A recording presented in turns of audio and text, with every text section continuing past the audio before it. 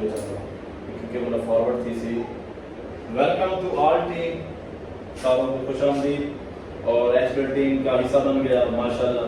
اور سینٹر کے اوپر ہم نے جو ہے نا آپ کی ڈیوٹیز تعینات کی ہوئی ہے. انشاءاللہ آپ سینٹر پہ ہمارے as A R S O کام کریں گے, جس میں سب سے پہلے آپ کو ٹائمنگ بتا دیں, آپ نے 8:40 پہ پہنچ جانا ہے. یہاں پہ 9 لکھا ہے. سینٹر ہمارا جو ایچ پی کام کرے گا, ڈیوائسز 9 سے سٹارٹ ہوں گی اور 5 بجے تک کلوز ہو جائے گا. ہمارا جو ڈسبرسمنٹ کا جو میکانزم ہے وہ ہمارا 5 بجے کلوز ہو جاتا ہے. تو اس میں آپ نے 8:30 بجے پہنچ جانا ہے. وہاں پہ پہنچ کر آپ نے اٹینڈنس لینی ہے سارے ایجنٹ کی, ان کے نام, دکان کا نام, اور آگے آپ نے ان سے سگنیچر لے لینا ہے, ٹھیک ہے. اور وہاں پہ اس کے آگے چھوٹا سا ٹائم لکھ دینا کہ وہ کس ٹائم کو آیا.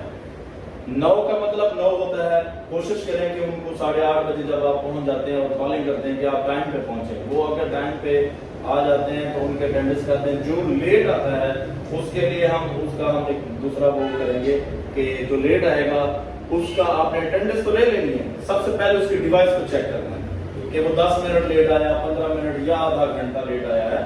تو آپ نے ایجنٹ ٹرانزیکشن ہسٹری میں جا کے وہاں پہ آپ نے سلیکٹ کرنا ہے بسٹ کا, کہ وہاں پہ اس نے کوئی بسٹ کے کارڈ کو وڈرا نہیں دیے بغیر سینٹر کی دیوار کے ساتھ باہر کھڑ کے. اس طرح کا ایک مسئلہ ہمارا مطلب ایشوز آتے ہیں اس حوالے سے کہ اس طرح کا کوئی پرابلم نہ ہو. یہ آپ کی ڈیوٹی ہے, آپ سے ہم نے اس چیز کو لینا ہے. اگر آپ کا کوئی ایجنٹ باہر اس طرح کی ایکٹیویٹی میں پایا جائے تو آپ کیوں کرائیں گے؟ ذمہ داری آپ نے. ڈیوائس وہ نہ آپ اس سے لے نہیں, آپ اس کو کہیں کہ ابھی ٹرانزیکشن چیک کرو.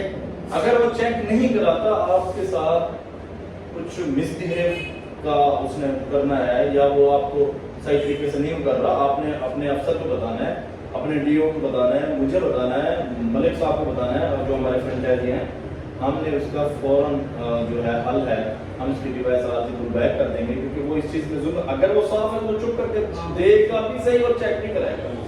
تو یہ فرسٹ پیورٹی پہ کرنا ہے آپ لوگوں نے, ٹھیک ہے.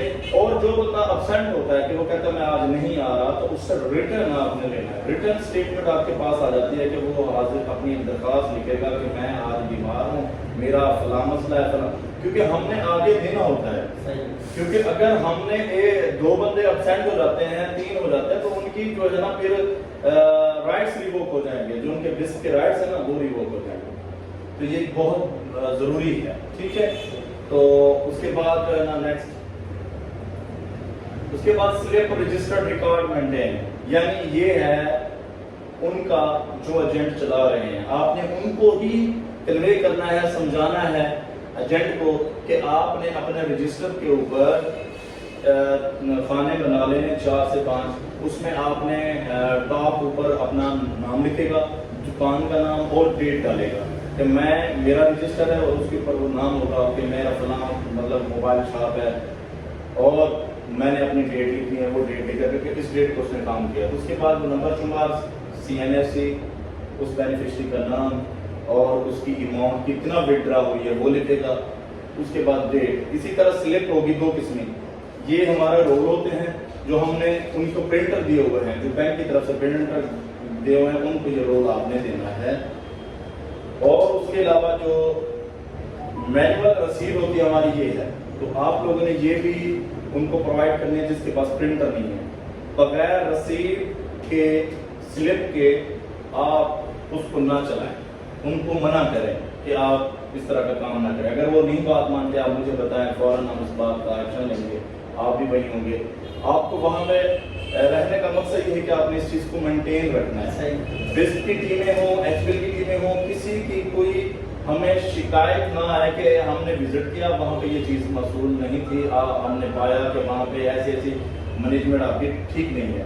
تو یہ ساری چیزیں آپ دیکھ رہے ہیں اسکرین پہ, یہ سلپیں لازمی آپ لوگوں نے دینی ہے, اور اس حوالے سے آپ نے اپنے آپ کو برقرار رکھا. اس کے بعد پھر آ جاتے ہیں نیکسٹ کیش کے اوپر.